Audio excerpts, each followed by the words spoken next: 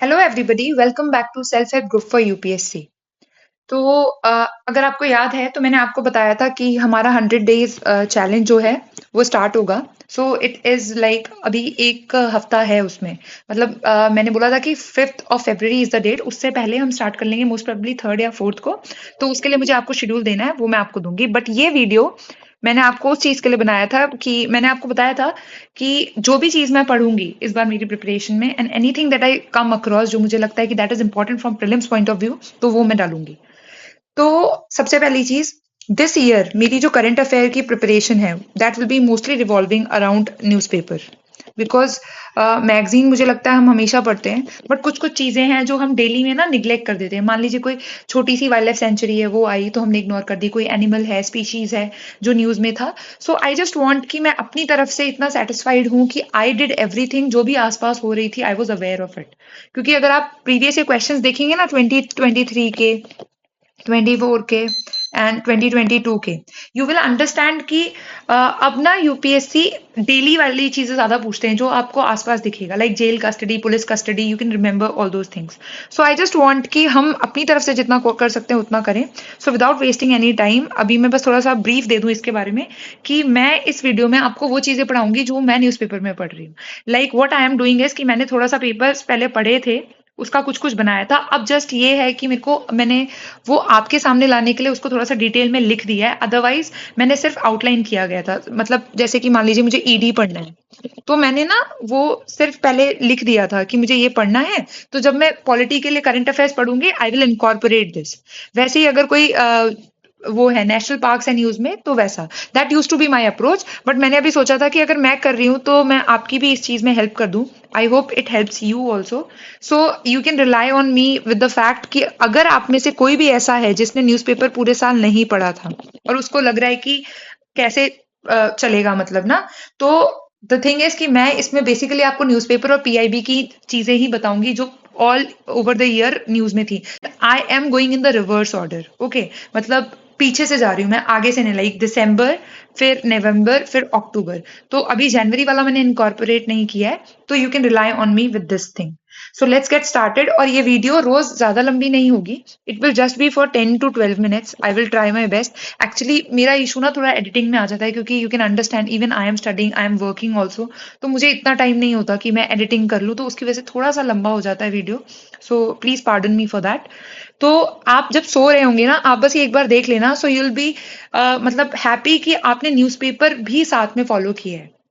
सी, अगर 10 मिनट में अगर किसी एक दिन का न्यूज़पेपर प्रीलिम्स पॉइंटर्स आपको मिल जा रहे हैं, तो मुझे नहीं लगता उससे अच्छी कोई चीज हो सकती है आपके लिए। So that is what I feel. So I will be giving you that, okay. So I will ensure कि रोज नहीं तो 3-4 दिन में I will be updating you with all the things जो आपको प्रीलिम्स के लिए पक्का पता होनी चाहिए। And trust me, I will try, मतलब I will not leave anything जो एग्जाम पॉइंट ऑफ व्यू से इंपॉर्टेंट है। So let's get started with this. तो आज जब मैं कर रही हूँ, तो आज हम ये टॉपिक्स पढ़ेंगे। पहले हमने पढ़ना है एनफोर्समेंट डायरेक्टरेट। आपको पता है ये बहुत ज्यादा न्यूज में चल रहा है। Second is Barnawapara wildlife sanctuary, sorry for the pronunciation if that goes wrong. Third is Guru Ghasidas Tamor Pingla Pingla tiger reserve. Fourth हम पढ़ेंगे सिकल सेल एनीमिया डिजीज के बारे में। और फिफ्थ थोड़ा सा डेटा है ई मोबिलिटी पे। अब मैं बताती हूँ कि यहाँ पे मैंने डेटा की बात क्यों की है। क्योंकि मुझे लगता है कि कभी भी ना स्टेटमेंट्स वाइज में ना, जैसे मान लीजिए यूपीएससी ने आपको 3 स्टेटमेंट दिए, तो उसमें से कोई भी एक स्टेटमेंट है ना, अगर आपने थोड़ा सा पढ़ा होगा तो it will help you in eliminating. At least थोड़ा सा आप 50-50 पे आ पाएंगे। सो लेट्स गेट स्टार्टेड। सबसे पहले हम बात करते हैं एनफोर्समेंट डायरेक्टरेट की। तो एज यू ऑलरेडी नो, अभी it is under the ministry of finance और डिपार्टमेंट ऑफ रेवेन्यू के अंडर आता है। बट सिंस अगर आप पेपर देख रहे हैं तो आपको पता होना चाहिए कि किसी भी चीज की ना हिस्टोरिकल थोड़ा आपको जर्नी उसकी पता होनी चाहिए। लाइक आप अभी देखेंगे कि UPSC is even asking questions कि उस टाइम पे हमारी कौन सी पार्टी थी 1977 में, socialist party and all those questions जो आ रहे हैं। तो मुझे लगता है थोड़ा सा लाइक उन्होंने अवार्ड्स में पूछा था कि एक बार बीच में सस्पेंडेड थे, तो obviously you will not be remembering. But at least we can make sure कि जो बॉडीज हम पढ़ रहे हैं उसमें हम थोड़ा सा उसका आइडिया रखें। सो ये है अभी का स्टेटस इसका कि it is under the department of revenue. But 1956 में जब ये आई थी तो एनफोर्समेंट यूनिट था इसका नाम, and it was under the department of economic affairs. Later 1957 में इसको एनफोर्समेंट डायरेक्टरेट का नाम दिया गया, जिसको हम ईडी कहते हैं आज की डेट में, ओके। 1960 में इसको डिपार्टमेंट ऑफ रेवेन्यू में ट्रांसफर किया गया था, which is its current status. Okay, so ये चीज है, ये इसकी थोड़ी सी जर्नी थी जो आपको पता होनी चाहिए। सेकेंड, कमिंग ऑन टू इसके 5 रीजनल ऑफिसेज हैं, इतना मतलब नहीं याद करना है, बस थोड़ा सा आप आइडिया रखिए, लेकिन हेडक्वार्टर इसका दिल्ली में। Okay, these are the regional officers, आप ये पढ़ सकते हैं, Mumbai, Chennai, Delhi, Kolkata and Chandigarh. Next, appointment of director of ED, this is important. Now see, मैंने अपनी पहले वीडियोस में बोला है कि नॉन कॉन्स्टिट्यूशनल बॉडीज में ना बहुत कम पूछा जाता है कि which is the appointing authority या फिर कौन है, इतना UPSC doesn't delve into those things. But right now what is happening कि मुझे लगता है जो चीजें आसपास हो रही हैं और बहुत ज्यादा न्यूज में है, उसके बारे में it's good to have knowledge. मतलब आपका स्पेशल फोकस हमेशा कॉन्स्टिट्यूशनल बॉडीज में होना चाहिए ज्यादातर पॉलिटी में, बट राइट नाउ आप नहीं बता सकते कि पेपर के लिए क्या इंपॉर्टेंट है, because you can see the changing pattern. So मैंने ये ऐड किया है कि आपको ये पक्का पता होना चाहिए। अपॉइंटमेंट कैसे होता है, इट इज अपॉइंटेड, मतलब the director of ED is appointed under the CVC act, okay, central vigilance commission act 2003। Okay, so and it is appointed by the central government. Recommendation किसकी होती है, इसमें आप ये याद कर लीजिए, मैंने ये थोड़ा फ्लो चार्ट फॉर्मेट में किया है ताकि आपको याद रहे कि एक सीवीसी कमिश्नर होते हैं, प्लस विजिलेंस कमिश्नर्स होते हैं, and then secretaries of these 3 ministries. Okay, ministry of finance, ministry of personnel and ministry of home affairs. So I hope you remember कि सीवीसी कमिश्नर होंगे रिकमेंडेशन के लिए, फिर vigilance commissioners होंगे और secretaries of ये 3 डिपार्टमेंट्स हैं। Okay, next, coming on to this tenure. अब टेन्योर में थोड़ा सा चेंज हुआ था, वो मैं आपको नीचे बताती हूँ। पहले आप ये याद रखिए कि अंडर दी सीवीसी एक्ट इनका टेन्योर फिक्स्ड होता है, 2 इयर्स था, ठीक है, मतलब होता था। अब इन्होंने क्या किया है, डीएसपीई, ठीक है, Delhi special police establishment act के अंदर क्या किया, अमेंडमेंट किया था इन्होंने 2021 में। उसमें इन्होंने एक्सटेंशन प्रोवाइड किया था from 2 years to 5 years. That means इन्होंने 3 इयर्स का एक्सटेंशन दिया है, 2 पहले से था प्लस 3 इयर्स, ठीक है। और ऐसा ही इन्होंने सीबीआई के साथ भी किया था, वो हम अलग से पढ़ेंगे, बट फिलहाल के लिए आप ईडी का याद रखिए। ओके, तो ये 2 से 5 इयर्स एक्सटेंड किया गया है, लेकिन आप एक साल में एक ही साल का एक्सटेंशन दे सकते हैं, मतलब एनुअल एक्सटेंशन लगेंगे। ऐसा नहीं है कि आप एक साथ 3 साल का एक्सटेंड कर दें, नहीं, अगर 2 साल का कंप्लीट होने जा रहा है तो +1 करेंगे, फिर आप +1 करेंगे, फिर +1 होगा। ओके, और 5 इयर्स टर्म्स जो पूरी हो जाएगी, इंक्लूडिंग उनका जो अपॉइंटमेंट है स्टार्टिंग का 2 इयर्स का, जब अपॉइंटमेंट हो गया, इसके बाद आप एक साल का दे सकते हैं, वो भी maximum of 3 years, that equates to 5 years, ठीक है। तो टोटल टर्म इतनी हो सकती है ईडी के डायरेक्टर की। Okay, so this is what you have to remember. I have mentioned it here, but मैंने थोड़ा समझा दिए। फंक्शंस पे आएंगे तो आपको पता होना चाहिए कि किन किन प्रोविजंस पे फंक्शन करती है। ओके, कि मतलब किन किन प्रोविजंस को एनफोर्स करने की पावर है ईडी में। सो फेमा आता है इसके अंदर, ठीक है, फॉरेन एक्सचेंज मैनेजमेंट एक्ट, फिर आता है पीएमएलए जो कि मनी लॉन्ड्रिंग से है, फिर फ्यूजिटिव इकोनॉमिक ऑफेंडर्स एक्ट, ठीक है। ये 3 चीजों के प्रोविजंस को एनफोर्स करती है ED. Now it also works with the CBI, income tax department और कस्टम्स डिपार्टमेंट, ठीक है, ये आपको याद रखना है। और इसका जो ओरिजिनली स्टैब्लिशमेंट हुआ था वो हुआ था फेरा के अंडर, ठीक है, 1947, लेकिन उसको आपको पता ही होगा हमने अमेंड करके फेमा में लेके आए हैं। Okay, so just to clear this, जैसे जिन लोगों को नहीं पता है, पहले फेरा 1947 था जिसके अंडर ईडी आई थी, ओके, जिसको मतलब बेसिकली रेगुलेट करने के लिए था। फिर फेरा 1973 आया, मतलब फॉरेन एक्सचेंज रेगुलेशन एक्ट, फिर ये अमेंडमेंट हुआ था यहाँ पे। फिर फॉरेन एक्सचेंज मैनेजमेंट एक्ट हुआ था 1999 में लिबरलाइजेशन के बाद। ओके, फिर अब it can not act on suo motu, remember this, कि वो अपने आप से नहीं एक्ट कर सकती है, उसको कहीं से कंप्लेन होनी चाहिए, मतलब पुलिस एजेंसी से या कहीं से भी, but it can not act suo motu. Final resolution जो होता है वो स्पेशल कोर्ट्स के हाथ में होगा, या फिर prevention of money laundering act के अंदर जो स्पेशल कोर्ट्स बनाई गई हैं उसके साथ होगा। ओके, सो आई होप आपको थोड़ा सा आइडिया हो पा रहा है। नाउ अरेस्ट के बाद ED gets 60 days to file prosecution complaint. अब आप ये पूछेंगे मैंने ये यहाँ पे क्यों लिखा है। If you remember that question, jail custody police custody का डिफरेंस, तो मुझे लगता है since it is in news आपको थोड़ा बहुत इस चीज का आइडिया होना चाहिए कि within 60 days ED has to file a complaint, okay, मतलब प्रोसिक्यूशन कंप्लेन, क्योंकि पीएमएलए की जो मैक्सिमम का पनिशमेंट है ना वो 7 इयर्स तक ही है प्लस फाइन। लेकिन if the case is for narcotics drugs and psychotropic substances act, जिसको हम एनडीपीएस बोलते हैं 1985, उसका मैक्सिमम सेंटेंस 10 इयर्स हो सकता है। मतलब अगर मनी लॉन्ड्रिंग इस एक्ट के अंदर हो रही है तो 10 इयर्स हो सकता है, अदरवाइज उसकी मैक्सिमम पनिशमेंट 7 इयर्स है, ठीक है, 3 to 7 इयर्स है। एंड 60 डेज उसको, इसलिए 60 डेज के अंदर it has to file a prosecution complaint. ठीक है, और सीजर ऑफ प्रॉपर्टी आप करेंगे ही करेंगे जिस मतलब विच इज अंडर दिस, जिसके पीछे हम मनी लॉन्ड्रिंग पढ़ रहे हैं। ओके, तो मतलब the property that is associated with money laundering उसको सीजर भी करा जा सकता है। Okay, it can sees it. So this was all about, हाँ दिस वाज ऑल अबाउट, इतना ही था जो हम ईडी के बारे में पढ़ेंगे। Second is about Barnawapara wildlife sanctuary. सबसे पहली चीज, ये न्यूज में था because of a lone tiger जो वहां पे आ गया था, बिकॉज इधर पे फॉर द लास्ट 40 years कोई 4 decades से कोई भी टाइगर नहीं आया था। सो that was in the news, और यहाँ से फिर इनको हटा के यहाँ पे लाया गया है Guru Ghasidas Tamor Pingla tiger reserve. So this is just, मैंने आपको थोड़ा सा रेलिवेंस दे दिया है कि ये क्यों न्यूज में था लास्ट ईयर, एंड उससे पहले भी था, आई थिंक 2023 में भी था। सो शायद वो वाइल्ड बफेलो के लिए था, क्योंकि वहां पे 2 calves हुए थे, तो वैसी ही कुछ न्यूज थी, बट दैट वाज अबाउट 2023। तो ये थोड़ा न्यूज में है, इसीलिए मैंने आपको बताया, क्योंकि कॉन्टिन्यूसली था। तो पहली चीज, ये छत्तीसगढ़ में है, रायपुर डिस्ट्रिक्ट। तो बस आइडिया के लिए ये कि आप थोड़ा सा कान में सुन लीजिए, so that if you get option ना कभी भी, तो आपको पता हो। रिवर्स कौन सी है इसमें? बालमेडी है, जोंक है, महानदी है। ये वेस्ट बाउंड्री है, north eastern boundary Jonk river की है। Okay, these are the 3 rivers that crosses this sanctuary. ठीक है, अब इंडियन वाइल्ड बफेलो मिलता है यहाँ पे, जो कि स्टेट एनिमल ऑफ छत्तीसगढ़ भी है, ये याद रखिएगा। और इनकी पॉपुलेशन बहुत कम है, मतलब 3500 to 4000 के अप्रोक्सीमेटली है, मतलब this is not the only, मतलब अप्रोक्सीमेट डेटा है ये।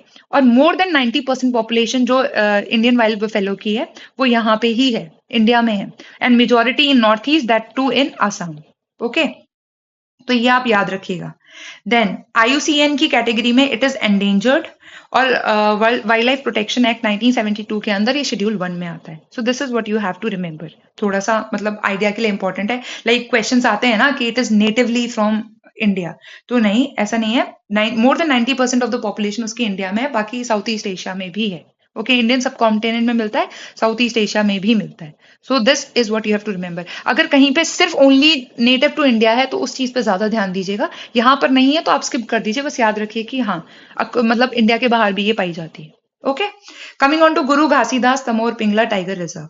इसमें क्या है आपको पता होना चाहिए, छत्तीसगढ़ में ये है, बॉर्डरिंग मध्य प्रदेश और झारखंड। ठीक है, थर्ड लार्जेस्ट टाइगर रिजर्व है आफ्टर फर्स्ट, आप मुझे बताएंगे, वो उस पर एक बार यूपीएससी ने क्वेश्चन भी पूछा हुआ है, और सेकंड भी आप बताएंगे। चलिए ठीक है, फर्स्ट आपको पता होगा नागार्जुना श्रीशैलम टाइगर रिजर्व जो है। ठीक है, सेकंड आप मुझे बताएंगे, ठीक है, कमेंट सेक्शन में, क्योंकि I just wanted to be a active learning. See मैंने ये सिर्फ थोड़ा सा अपने हिसाब से नोट्स में डाला था, बट आई थॉट कि ये मैं आपको भी कन्वे कर दूं, क्योंकि ये न्यूज में चल रहा है, एंड आई फील अब कि थोड़ा न्यूज़पेपर अच्छा रहता है, मतलब न्यूज़पेपर या फिर PIB या जो भी है, बट थोड़ा सा करंट को लेके ना, दैट इज द रीजन कि मुझे इस बार I am just not relying on magazines, so that was the thing. तो आई वांटेड कि जो मैं कर रही हूँ वही आप भी थोड़ा सा मैं आपकी हेल्प कर दूं। तो फर्स्ट मैंने आपको बता दिया, सेकंड आप मुझे बताएंगे कमेंट में, और बाकी फिर मैं कल बताऊंगी अगर नहीं बताया आपने तो। ओके, वैसे आई वांट कि यू शुड कमेंट, आप प्लीज बताइएगा कि सेकंड लार्जेस्ट टाइगर रिजर्व कौन सा है इंडिया में। नाउ इसमें दूसरा आ गया, ये ना बांधवगढ़ टाइगर रिजर्व मध्य प्रदेश में जो है उससे भी कनेक्टेड है वेस्ट में, और ईस्ट में ये पालामाऊ टाइगर रिजर्व से है जो कि झारखंड में है। ये दोनों tiger reserve, specially Bandhavgarh tiger reserve बहुत इंपॉर्टेंट है। एक minute, just a moment, there is some issue.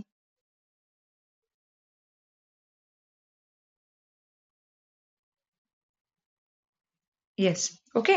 सो एक ये जो मैंने बताया आपको कि बांधवगढ़ टाइगर रिजर्व है मध्य प्रदेश में जो कि वेस्ट में पड़ता है इसके, और पालामाऊ टाइगर रिजर्व झारखंड में जो कि ईस्ट में पड़ेगा। ये कॉन्टिजियस है with the Sanjay Dubri tiger reserve in Madhya Pradesh. तो बांधवगढ़ आपको ऑलरेडी पता होगा कि वो काफी इंपॉर्टेंट है, तो उसके बारे में वैसे भी आपको पढ़ना है, वो हम अलग से पढ़ेंगे when we come across in the news. ठीक है, क्योंकि फिर ऐसे वीडियो बहुत बड़ी हो जाएगी। रिवर्स, यहाँ से 2 रिवर्स का ओरिजिन होता है, जिसका आप याद कर लीजिए, हसदेव गोपत और बरांगा। ठीक है, ये 2 रिवर्स का ओरिजिन है, बाकी बहुत सारी रिवर्स और भी मिलती हैं, लाइक बानस हो गई, न्यूर हो गई, बीजादूर हो गई, और बानस 2 बार हो गया, आई एम सॉरी। ठीक है, यू कैन कट दिस, ये थोड़ा सा ना इशू हो रहा है, एक मिनट। हाँ ठीक है, ये हो गया, मैं ये थोड़ा करेक्ट कर लूंगी, थोड़ा सा इशू हो रहा है उसमें। हाँ, फिर बानस हो गई, न्यूर हो गई, बीजादुर हो गई, और फिर रेहांड हो गई, ये 2 बार रिपीट हो गया है, इसको आप हटा दीजिएगा। नेक्स्ट इज दूसरे छत्तीसगढ़ में जो रिजर्व्स हैं टाइगर रिजर्व्स, वो कौन से हैं? उदांती सीता नदी है, अचानकमर है, इंद्रावती रिजर्व्स हैं। Okay, now comes the major question कि टाइगर रिजर्व्स को नोटिफाई कौन करता है? सो रिमेंबर कि स्टेट गवर्नमेंट जो होती हैं वो रिजर्व इनको नोटिफाई करती हैं टाइगर रिजर्व्स को under the world wild life protection act 1972 on advise of national tiger conservation authority. This is very important, remember that. Okay, कि एनटीसीए के रिकमेंडेशन के बाद स्टेट गवर्नमेंट जो है वो वाइल्ड लाइफ प्रोटेक्शन एक्ट को, वो वाइल्ड लाइफ प्रोटेक्शन एक्ट के अंडर इसको टाइगर रिजर्व्स को नोटिफाई करती है. अब मैक्सिमम टाइगर रिजर्व्स कहाँ पे हैं? इसी के रिलेटेड ना मैं आपको एक और चीज पढ़ाऊंगी, पहले वही पढ़ा देती हूँ. ये कि नोटिफाई तो कर दिया. Now when it comes to alternation and denotification, तो कैसे होगा? नो, द स्टेट गवर्नमेंट, अगर आप सोच रहे स्टेट गवर्नमेंट करेगी, state government alone can not do that. इसको अगर आपको ऑल्टर करनी है इसकी बाउंड्री, तो आपको एनटीसीए का अप्रूव मतलब रिकमेंडेशन चलेगा, चाहिए होगा, with the approval of national board for wild life. Okay, and if you remember national board for wild life, उसको चेयर कौन करते हैं? पीएम करते हैं. Remember that. ओके, वैसे ही ये हो गया ऑल्टरेशन के लिए. लेकिन अगर आपको डी नोटिफाई करना है तो उसके लिए कंडीशन है कि it should be in public interest with approval of again NTCA plus national board for wild life. Okay, तो ये आप याद रखिएगा. नेक्स्ट, फिर मैक्सिमम टाइगर रिजर्व्स कहाँ पे हैं? मध्य प्रदेश में सबसे ज्यादा है, उसके बाद कर्नाटका में है, उसके बाद उत्तराखंड में. So just to give you an idea कि आपको याद रहे. Now coming on to the next news. ये है सिकल सेल एनीमिया को लेके. क्यों? क्योंकि इकोनॉमिक बजट जो था हमारा 23-24 का, उसमें इंडिया ने टारगेट किया हुआ है, जो कि आपको पता होना चाहिए, I have written it somewhere I think, कि हमारा टारगेट है 2047 तक हमको सिकल सेल एनीमिया एलिमिनेट करना है कंट्री से. ओके, तो sickle cell anaemia is a disease जो ट्राइबल्स में भी बहुत ज्यादा चल रही है, specially in Orissa. Orissa has got the highest cases, number of cases sickle cell anaemia के लिए. तो India is actively working on eradicating it and eliminating it. Okay, June 19 को हम world sickle cell awareness day मनाते हैं. नाउ यू कैन अंडरस्टैंड कि मैंने question क्यों दिया है. See, I could have added previous year question, but you can understand कि मेरे को थोड़ा सा ना अभी वर्कलोड है, दैट इज वाई मैंने यहाँ पे पिन नहीं किया है वो चीज. मैं आपको दिखाऊंगी कि राइट ना होना क्वेश्चंस इसमें से आ रहे हैं. कभी कभी वो एक सेंटेंस आपको दे देंगे, स्टेटमेंट दे देंगे कि दिस इज इस दिन बनता है एंड इस साल का थीम ये था. तो just to give you an idea, क्योंकि न्यूज में था तो आपको पता होना चाहिए कि जून 19 हम world sickle cell awareness day मनाते हैं. 2024 का थीम क्या था? Hope through progress advancing sickle cell care globally. Okay, अब ये क्या है? सिंगल जीन डिसऑर्डर है. इसमें क्या होता है, आपका जो क्रोमोसोम 11 है ना, उस पे इशू होता है. लाइक जो कॉज लिखा है मैंने यहाँ पे, ये देखिए, mutation in haemoglobin beta gene found on chromosome 11. And since ये क्रोमोसोम 11 पे होता है, इसीलिए it is a autosomal recessive order. अब ऑटोसोमल रिसेसिव ऑर्डर डिसऑर्डर हम किसको बोलते हैं? हम उन डिजीजेस को बोलते हैं जिसको मतलब अगर इसका पूरा इफेक्ट दिखना है सिकल सेल एनीमिया से, मान लीजिए किसी इंसान को ये डिजीज है, तो उसको ये जो होता है उसके पास 2 कॉपीज होनी चाहिए इस जीन की. ठीक है, दैट इज द थिंग. अगर वो ऑटोसोमल डोमिनेंट होती है तो सिर्फ एक कॉपी होने से भी चलता है. दैट इज द थिंग कि मतलब दोनों पेरेंट्स से आनी चाहिए वो. अगर सिर्फ एक पे होगी तो it will be a carrier. Okay, so I hope आपको समझ आया होगा कि ऑटोसोमल मतलब कि ये सेक्स क्रोमोसोम पे नहीं है. सेक्स क्रोमोसोम जो कि 23rd क्रोमोसोम होता है, ठीक है, ह्यूमन बॉडी में. ठीक है, हमारे पास 46 पेयर्स ऑफ क्रोमोसोम्स होते हैं ना, तो जो 23rd पेयर होता है ना, उस पे अगर होता है तो उसको हम कहते हैं सेक्स लिंक्ड रिसेसिव या डोमिनेंट जो भी है. लेकिन ये 11th क्रोमोसोम पे होती है, इसलिए हम इसको ऑटोसोमल कहते हैं. और रिसेसिव इसलिए क्योंकि इसकी 2 कॉपीज चाहिए होती हैं. सिंगल कॉपीज से ये सिर्फ कैरियर होते हैं. Okay, so this is thing. अब इसमें क्या होता है ना, जो आपके हीमोग्लोबिन है, ठीक है, आरबीसीज है ना, वो ऐसे होते हैं, नॉर्मली सर्कुलर शेप में होते हैं. ठीक है, लेकिन जब आपको सिकल सेल एनीमिया होगा तो वो क्रिसेंट शेप में हो जाएंगे, इस शेप में. एंड इसकी वजह से क्या होगा, जो आपका ब्लड फ्लो होगा ना, वो ब्लॉक हो जाएगा. सपोज ऐसे है, जब ये ऐसे था तो ये क्रॉस हो जा रहा था ना, लेकिन क्या ये ब्लड फ्लो को रोक देता है. उसकी वजह से आपके ऑर्गन फेलियर्स हो सकते हैं, पेन होता है, बहुत सारे इश्यूज होते हैं. सो दैट इज वाई ये देखा जा रहा है कि ट्राइबल पॉपुलेशन में बहुत ज्यादा हो रहा है इंडिया में. ठीक है, एंड आई थिंक मुझे याद नहीं, यू कैन जस्ट चेक या गूगल इट, कि India is the 3rd largest country to host this disease. ठीक है, यहाँ मतलब सबसे ज्यादा है. तो Odisha leads the country in the number of cases. ये आप याद रखिएगा. इसका ट्रीटमेंट क्या है? जीन थेरेपी करते हैं या फिर बोन मैरो ट्रांसप्लांटेशन होता है, स्टेम सेल ट्रांसप्लांट होता है. ठीक है, नेक्स्ट, ये इंडिया का प्रोग्राम है जो government of India is running, national sickle cell anaemia elimination mission launched in 2023। ये किया था एंड इसी के तहत हमने बोला 2047 तक हम एलिमिनेट करेंगे। इसमें क्या कर रहे हैं हम, 0 to 40 years ऑफ एज के जो भी लोग हैं जिसमें ये सबसे ज्यादा प्रेवलेंट है उनकी स्क्रीनिंग होनी है और अवेयरनेस होनी है। Now hydroxyurea is a medicine which has been considered, मतलब given the tag of essential medicine जो गवर्नमेंट ने दिया है। एसेंशियल मेडिसिन का मतलब क्या है कि it will be available at affordable prices और उसकी एक्सेसिबिलिटी बढ़ा दी जाएगी। Okay, so these are the points जो आपको पता होने चाहिए थे।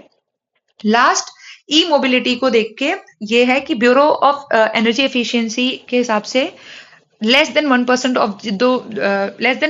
ऑफ द टोटल जो व्हीकल्स है ना इंडिया में वो ई व्हीकल्स हैं।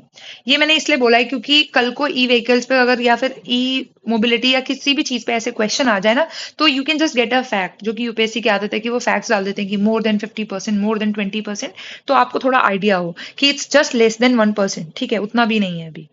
फिर ये कौन से गोल से डायरेक्टली लिंक करता है, sustainable development goal 7 ensures access to affordable reliable and sustainable energy for all. ये आप मीन्स में भी यूज कर सकते हैं। अब 2 और 3 व्हीलर्स जो है ना वो डोमिनेट करती हैं सेल्स को ईवी की। 2 व्हीलर सबसे ज्यादा 48%, followed by 3 wheelers. UP dominates, Uttar Pradesh dominates in EV registration जो कि 20% है। तो इतना इंपॉर्टेंट नहीं है, मतलब सिर्फ थोड़ा सा आइडिया देने के लिए मेरे को था। एंड सिडान्स या फिर 4 व्हीलर्स जो है वो लेस देन 2% है ईवी में। और पीएम ई ड्राइव स्कीम जो है ना, मिनिस्ट्री ऑफ हैवी इंडस्ट्रीज के अंडर आता है और ये किसके लिए है, फॉर ई व्हीकल्स जो कि 2 व्हीलर्स हैं, 3 व्हीलर्स हैं, एम्बुलेंस है और ट्रक्स हैं। ये आप थोड़ा सा देख सकते हैं कि किसके लिए है, बट हाँ इसमें मुझे कार्स नहीं दिखी थी, तो वो आप थोड़ा याद रखिएगा। That is the thing, you can check. ये जस्ट थोड़ा सा एक्स्ट्रा फिगर्स था जो मुझे लगा कि कहीं कभी आपको स्टेटमेंट में आ जाए तो आपको याद होना चाहिए कि मैक्सिमम 2 व्हीलर्स में है ईवी व्हीकल्स जो है हमारी ई व्हीकल्स, एंड फिर 3 व्हीलर्स में, एंड सिडान्स उसमें तो 2% से नीचे। ओके, सो आई होप हो गया।